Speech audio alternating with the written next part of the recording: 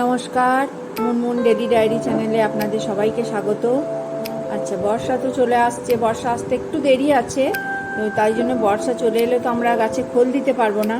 সেই জন্য আমি এখন এই 3 দিন ধরে এই গামলায় 500 গ্রাম খোল আর এই বেগুনি কালারের বালতিটার 1 বালতি 1 বছরের পুরনো গোবর সার দিয়ে আমি ভিজিয়ে রেখেছিলাম, আর ওতে একটু সাপ ফাঙ্গিসাইডও দিয়ে রেখেছিলাম, দিয়ে ভিজিয়ে রেখে দিয়েছিলাম। এবারে এটাকে আমি এই বড় বালতির জলেতে 2 মগ দেবো এই খোলের মিশ্রণটা, আর ওই পুরো 1 বালতি জলে 2 মগ মিশিয়ে পাতলা তরল করবো, দিয়ে ওটাকে আমি প্রত্যেকটি গাছে, যেগুলো বড় গাছ সেগুলোতে 1 মগ করে দেবো, আর ছোটো গাছ সেগুলোতে আমি হাফ মগ করে দেবো।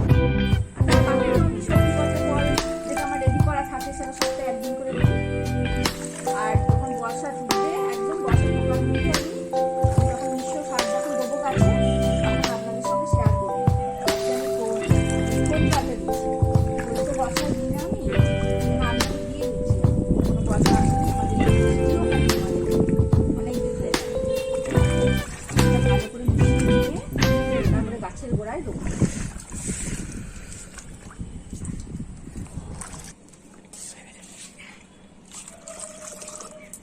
আমি এবারে পাতলা মিশ্রণটা যেটা তৈরি করলাম, গোবর সার আর খোল দিয়ে যেটা মিশ্রণটা তৈরি করলাম, এটা আমি নিয়ে এলাম, মিশিয়ে বালতিতে, বড় বালতিতে মিশিয়েছি। এবার ছোট বালতি করে নিয়ে এসে আমি এবারে গাছে দিচ্ছি। এই বোগনভেলিয়া গাছগুলোয়, এগুলোতে এটা 1 মগ করে দেবো।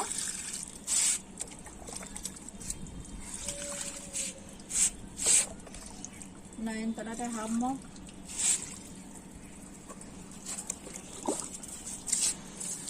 আখ গাছটা 1 মগ। এরকম ভাবে আমি দিতে থাকবো, যেরকম গাছের টব অনুযায়ী সেরকম অনুযায়ী দেবো।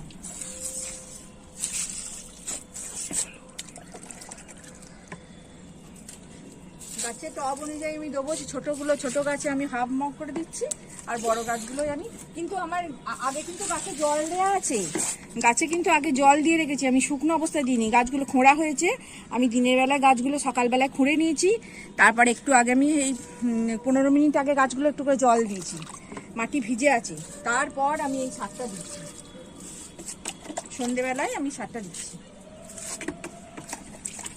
যেগুলো বড় গাছ সেগুলোতে আমি 1 মগ করে দিচ্ছি। এইভাবে আমি প্রত্যেক গাছেই দিতে থাকবো।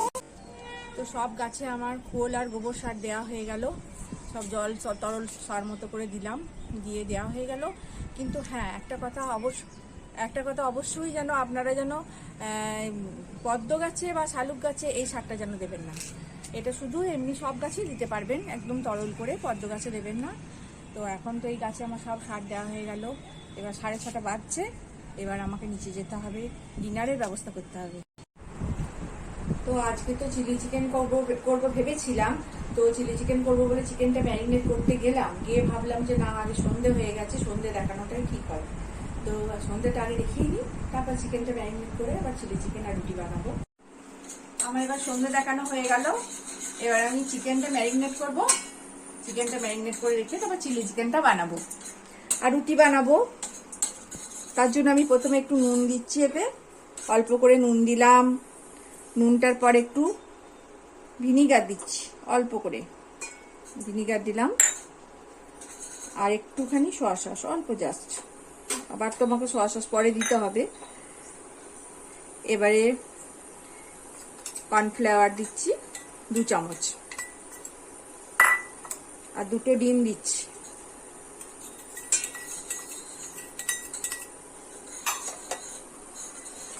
দিয়ে এগুলোকে ভালো করে ম্যারিনেট করে আমি রেখে দেবো। 15 মিনিট পর রান্নাটা করব। 15 মিনিট থাকবে ম্যারিনেট করা, তারপর আমি রান্নাটা করব।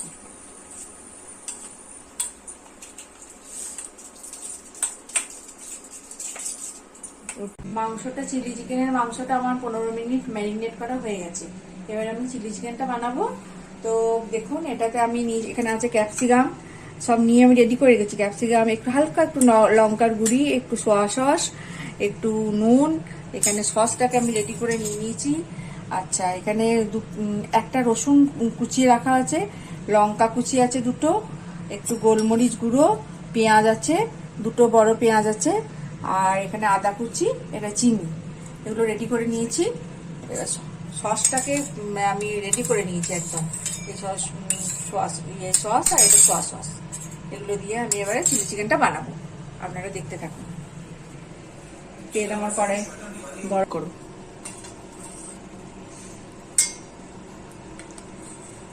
এবার মাংসগুলো আমি কড়াই দিয়ে দিচ্ছি।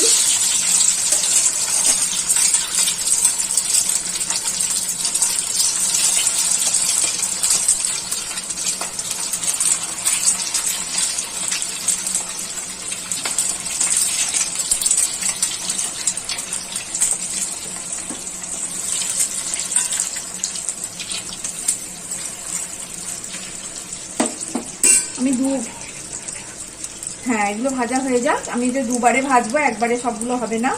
দিয়ে ভাজা হয়ে গেলে আপনাদেরকে দেখাচ্ছি। মাংসটা ভালোভাবে ভাজা হয়ে গেছে সুন্দর করে। এবার আমি ওই তেলটাই আছে, কিন্তু ওতে কিন্তু আমি এখনো তেল দিলাম না। যে তেলটায় মাংসটা ভেজেছি ওই তেলেই রসুন কুচিগুলো দিয়ে দিলাম। রসুন কুচির পর রসুন কুচি একটু ভাজা ভাজা হতে, চিলি চিকেনে তো রসুনটাই ভাজার পরে, রসুনটাই মেন। রসুন আর গোলমরিচ গুঁড়ো, সস, এগুলোই চাইনিজ ডিশে মেন জিনিস। তারপর পেঁয়াজটা দিলাম। পেঁয়াজটা, রসুনের পর পেঁয়াজ দিয়েছি। পেঁয়াজটা একটু ভাজা ভাজা হলে আমি আদা কুচিটা আর ক্যাপসিকামটা দেবো। পেঁয়াজটা ভাজা ভাজা হয়ে এসছে, এবার আমি আদা কুচিটা দেবো। আদা কুচি আর ক্যাপসিকাম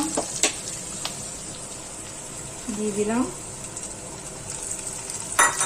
লঙ্কা দিয়েছি, দুটো লঙ্কা। এবার নুন দেবো। আগে মাংসের সঙ্গে মাখিয়ে রেখেছিলাম একটু নুন, এবারে আর একটু নুন দিলাম।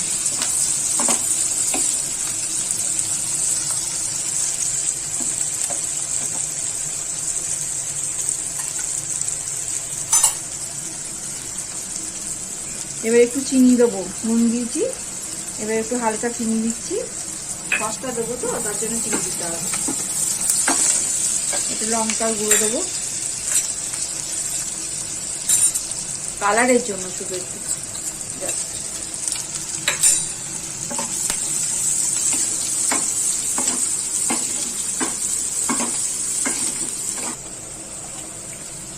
এবার আমি সসটা দিচ্ছি।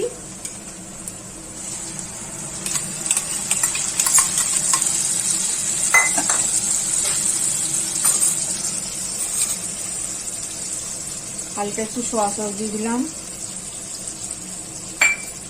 একটু গোলমরিচ গুঁড়ো দিলাম,